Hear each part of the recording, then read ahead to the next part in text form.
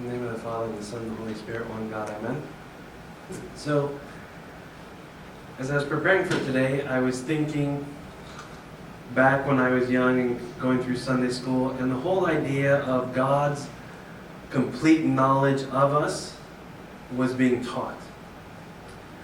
And as a kid, I have no idea how old I was at the time, we'll just say 7 or 8 or something like that, but as a kid, that concept and that idea of God being all-knowing and knowing exactly what I'm going to do was a huge concept.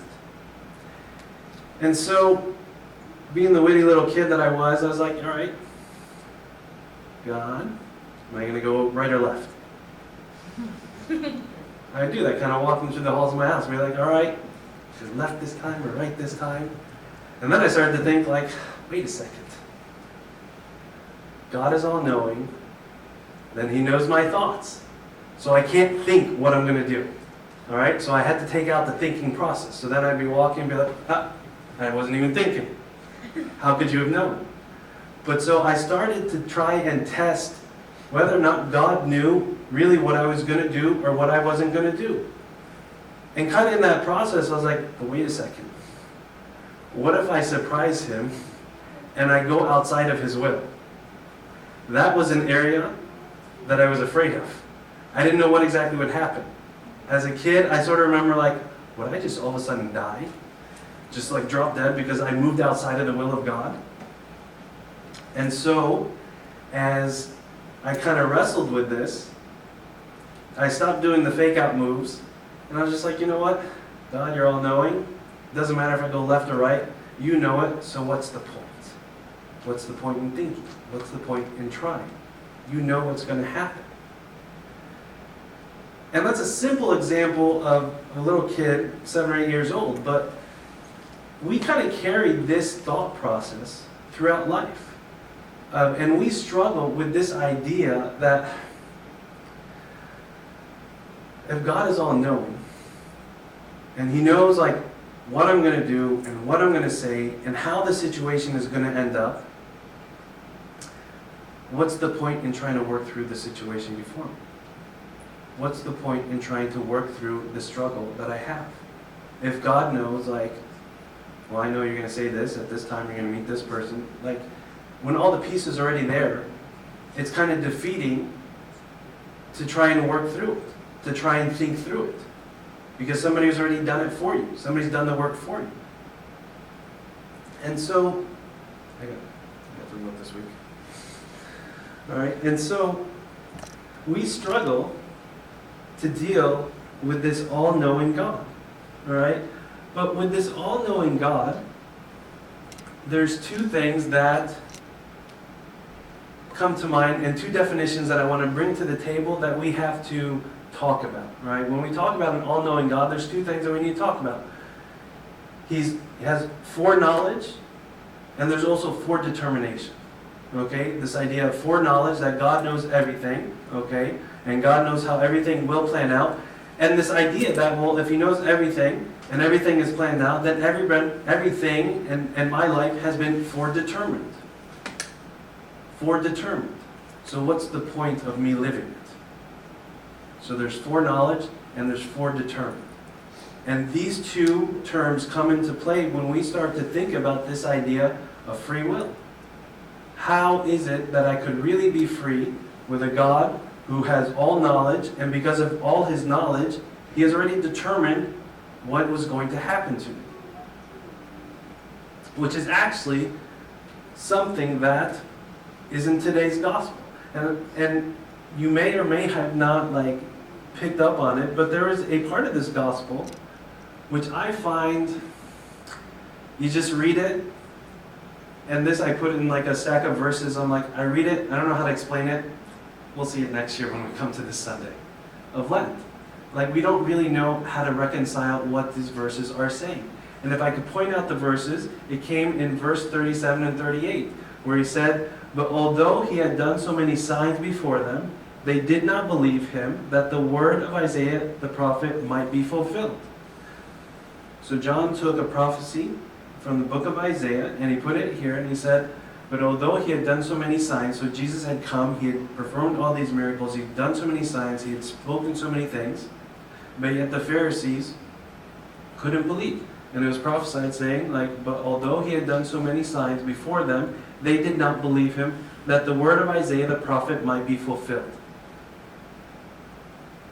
Doesn't sound very free to me. Doesn't sound very free to me. And so I kind of have two questions. I know I'm always standing in front of the screen, but I have two questions that I came up with when I thought about this. All right, question one was it foredetermined that they would not believe from the beginning?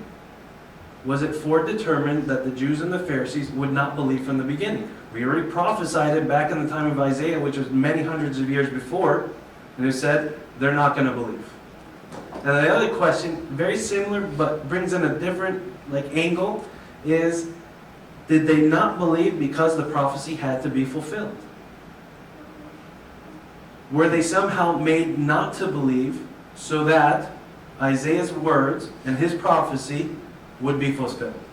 Because if the prophecies were not fulfilled, then our whole faith comes into question. And so we're in a little bit of a predicament.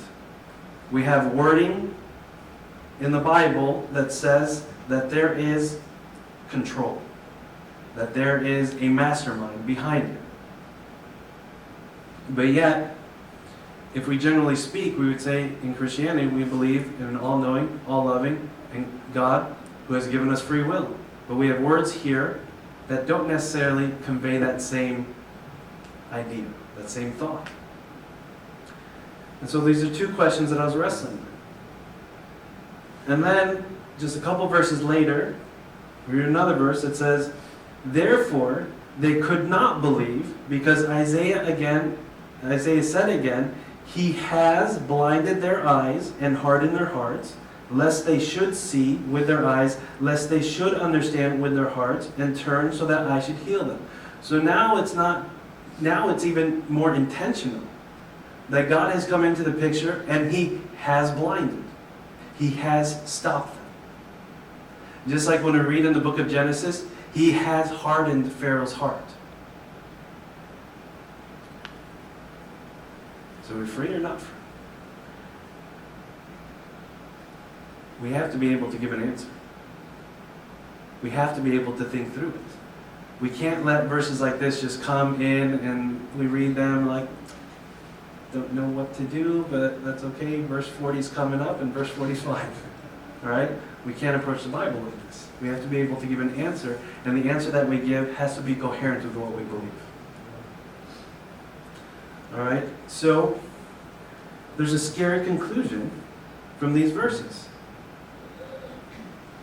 God, in his foreknowledge, has foredetermined that these Jews and these Pharisees had no prayer. They didn't have a chance. Whether, however he did it, but what these verses at face value imply is that these Pharisees, these Jews, they did not have a chance. Why? Because prophecy needed to be fulfilled, and therefore God intervened, and he hardened their hearts. He hardened their hearts. I promise we'll resolve this issue by the end of the sermon, but we need to hold on to it, because this is something that we struggle with. This is something that we struggle with. This idea that God begins to play us like puppets. Is he playing us like puppets? We also have verses that says he's the one who holds the kingdoms and moves nations in his hand. And they're like his playing field. And his will be done. We have these verses, but we have this belief that God has given us free will. So how do the two come together? This is important. How do the two come together? So the easy situation in trying to reconcile this, and a road that many have taken, is to say, well, let's just remove God from the equation. Because if I can remove this idea of an all-controlling God from the equation, then I'm free.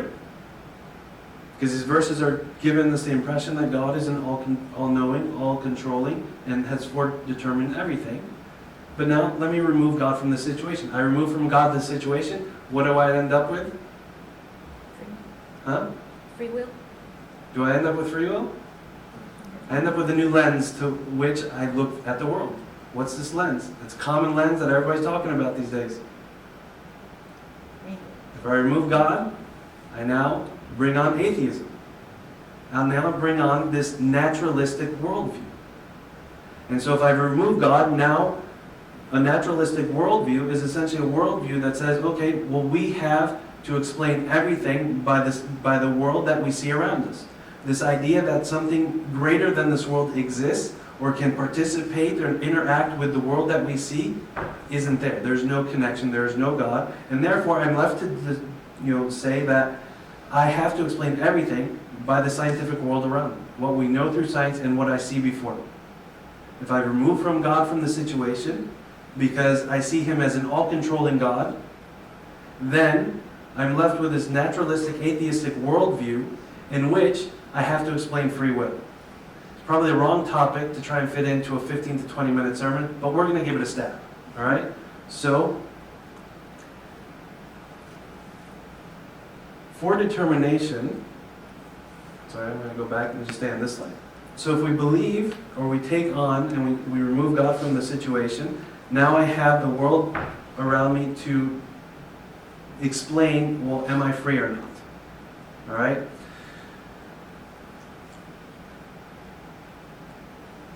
So if we look at ourselves and the world around us, and I look like specifically at a human, what is going to control or what I do, what I say, where we say the headquarters. Headquarters up here, okay, our brains. Our brains are essentially the starting point of where our decisions, our talks, different things that we say come from. And so now I have to be able to explain, like, with what we know and understand of the brain, like, this is like, the responses that I give are now limited to the brain's capacity. If I've taken God out of the picture, now I have to explain the answers that I give, the decisions that I make, through looking at what I see in front of me. And if we kind of pick it apart to another level, what do we see in front of us? What we see is like neurons and synapses and neurotransmitters and different chemicals that are released into the brain. And these somehow, when they fire, lead me to say something, lead me to do something. Control my arm. But the thing is, am I free or am I limited to the information that's up here? Am I free to really think freely, or are my responses and my reactions predetermined by the genetic component and the whole physiological thing that happens up here in the brain? Am I now confined to what's going on up here? That's what we're left with. Stephen Hawking, one of the most devout atheists ever and physicists, gave a talk, and at the end of his talk, he came to the punchline saying that essentially every action that we do is limited to what goes on up here, but because I don't know what's going on up here, I might as well not be under the impression that I'm being controlled. So he pretty much was saying that yes, without God in the picture, as an atheist, all my actions, all my responses are limited by my genetic makeup. What's going on chemically and physiologically in my brain. So we are no longer free, we are controlled by the science that goes on up here. So free is not even free within this atheistic, naturalistic worldview. So now let's bring God back into the picture. All right? So if we're going to take God out of the picture, are we free? Not really. We're just limited. We can't understand it fully, but we are limited to whatever our genetic makeup says. And your genetic makeup will make you answer this way. My genetic makeup will make you answer this way. Neither of us are free. Whatever we got is whatever we answer.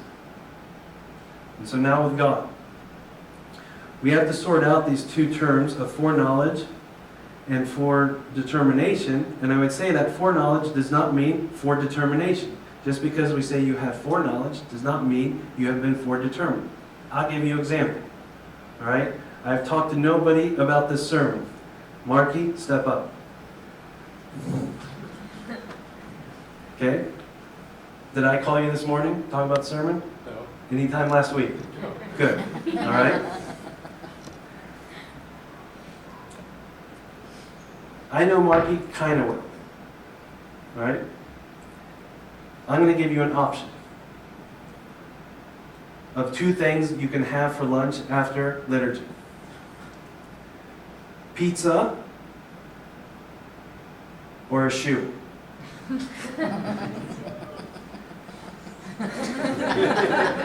Your option or pizza. I had no idea. I did not talk to him. I know Marky fairly well, but I don't know him entirely. Did I control your decision? No.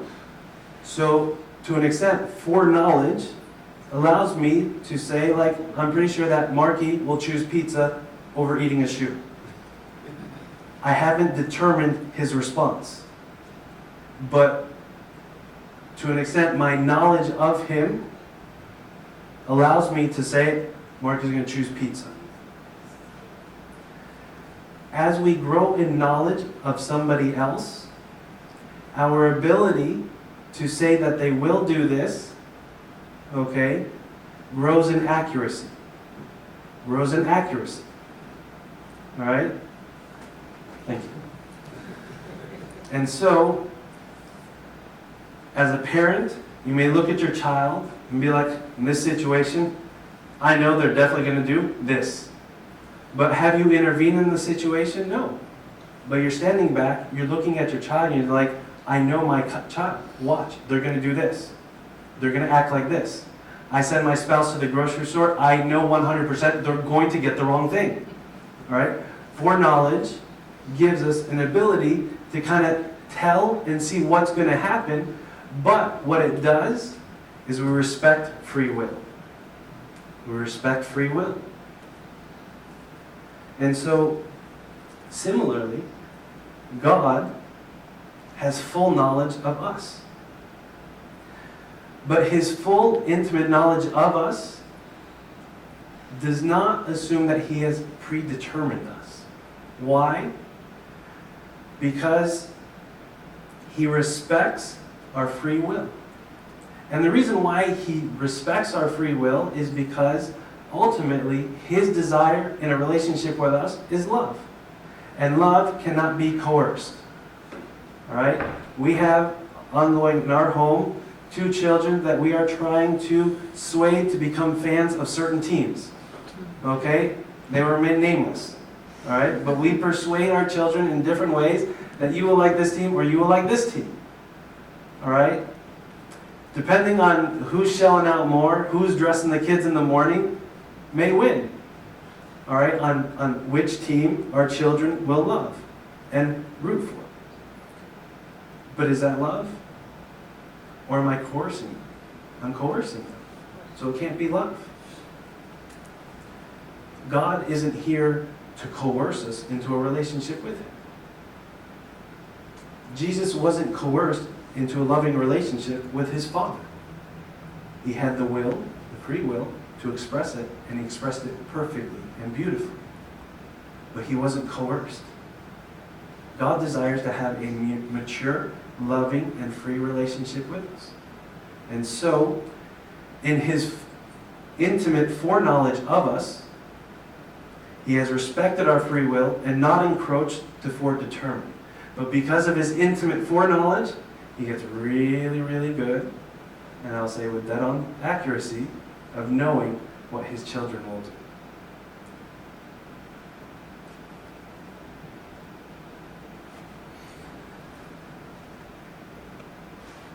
But in this whole thing,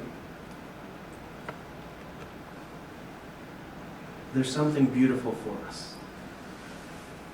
There's something really beautiful for us. And this idea of God's foreknowledge of us, His respect of our free will, there's a beautiful key that is placed before us. And that key is actually the key to us. The key before us, and this idea of His foreknowledge of us, and His respect of His free will, the key that is placed before us is the key actually to us. And I'll describe this key in this example. We have all at certain points in our lives made decisions that we thought we would enjoy. We thought they were the right decisions for us. So we make them, whether it be for school, whether it be in relationships, whether it be financially. Sky's the limit on what the decisions are.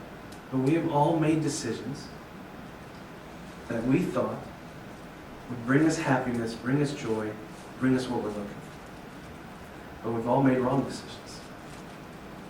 We've all made wrong decisions. Most often, we make those wrong decisions when we stop seeking His will. We say like, all right, I want a will of my own, I want to express it. I know myself, this is what I want, God. I've been praying forever about this. You didn't give it to me, I'm going to go and get it. I have free will. He says, okay, you have free will. But when we end up with the end result and we're unhappy, it's got to say something about us. It's got to ask the question, we have to ask the question, do I really understand myself as well as I think I do? Do I know myself as well as I do? Or I think I do? Because if I know myself as well as I would hope for, I wouldn't put myself in situations where I'm like, why did I decide this? Put ourselves in better situations.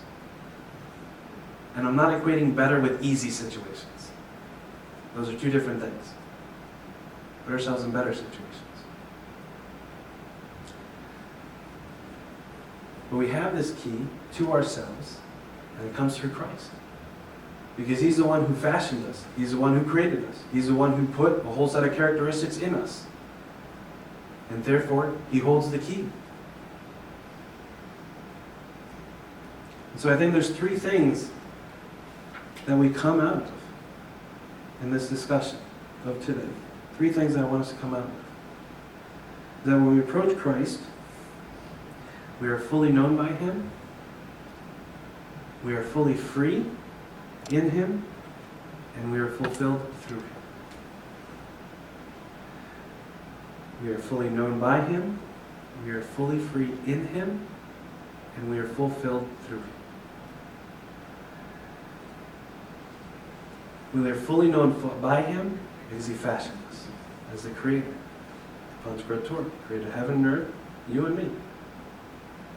He has intimate knowledge of things that we don't have knowledge of ourselves. But even though He has fully fashioned us, He's allowed us to be free because what He ultimately desires is that love relationship with us. And that love relationship cannot be coerced. And so, we know when we come to Him, we are fully free. There's a difference. And as a parent, you take your child to church, twisting their arm. Then later on in life, you see your child come to church of their own free will. Something has changed. Something has changed in that child. We come, and we have to know that we are fully free. And when we're fully free, then He begins to give us of His riches. And that's where we find fulfillment through Him.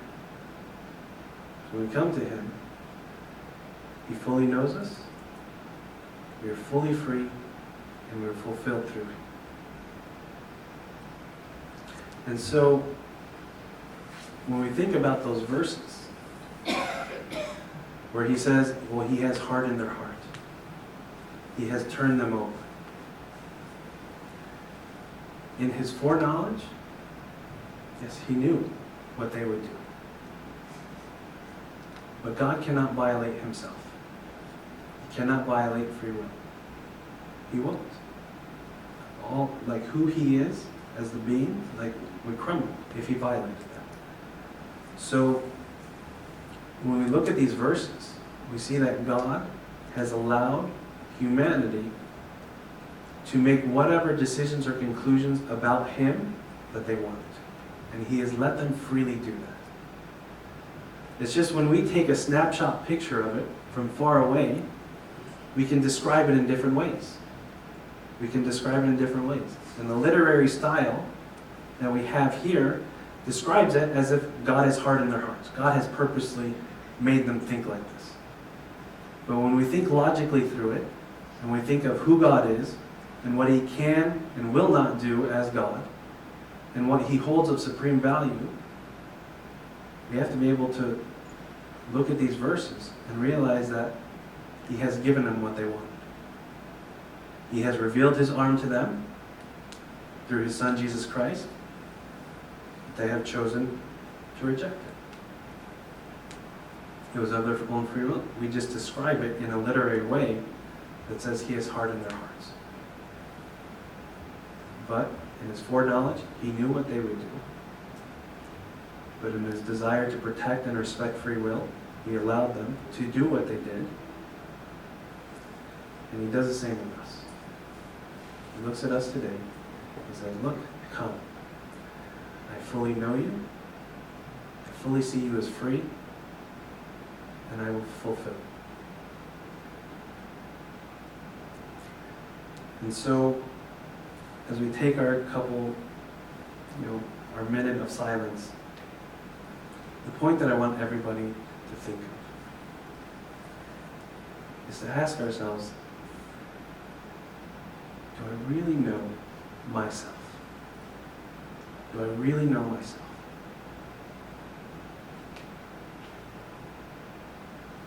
And if I'm able to say that, no, I really don't know myself, you gotta ask yourself, well, what are you going to do about it? What are you going to do about it? God offers us today, He says, look, I fully know you, you are fully free, and you're to be fulfilled through me. But He lays down the choice for us. He says, you decide. Where are you going to go? Glory be to God for a moment.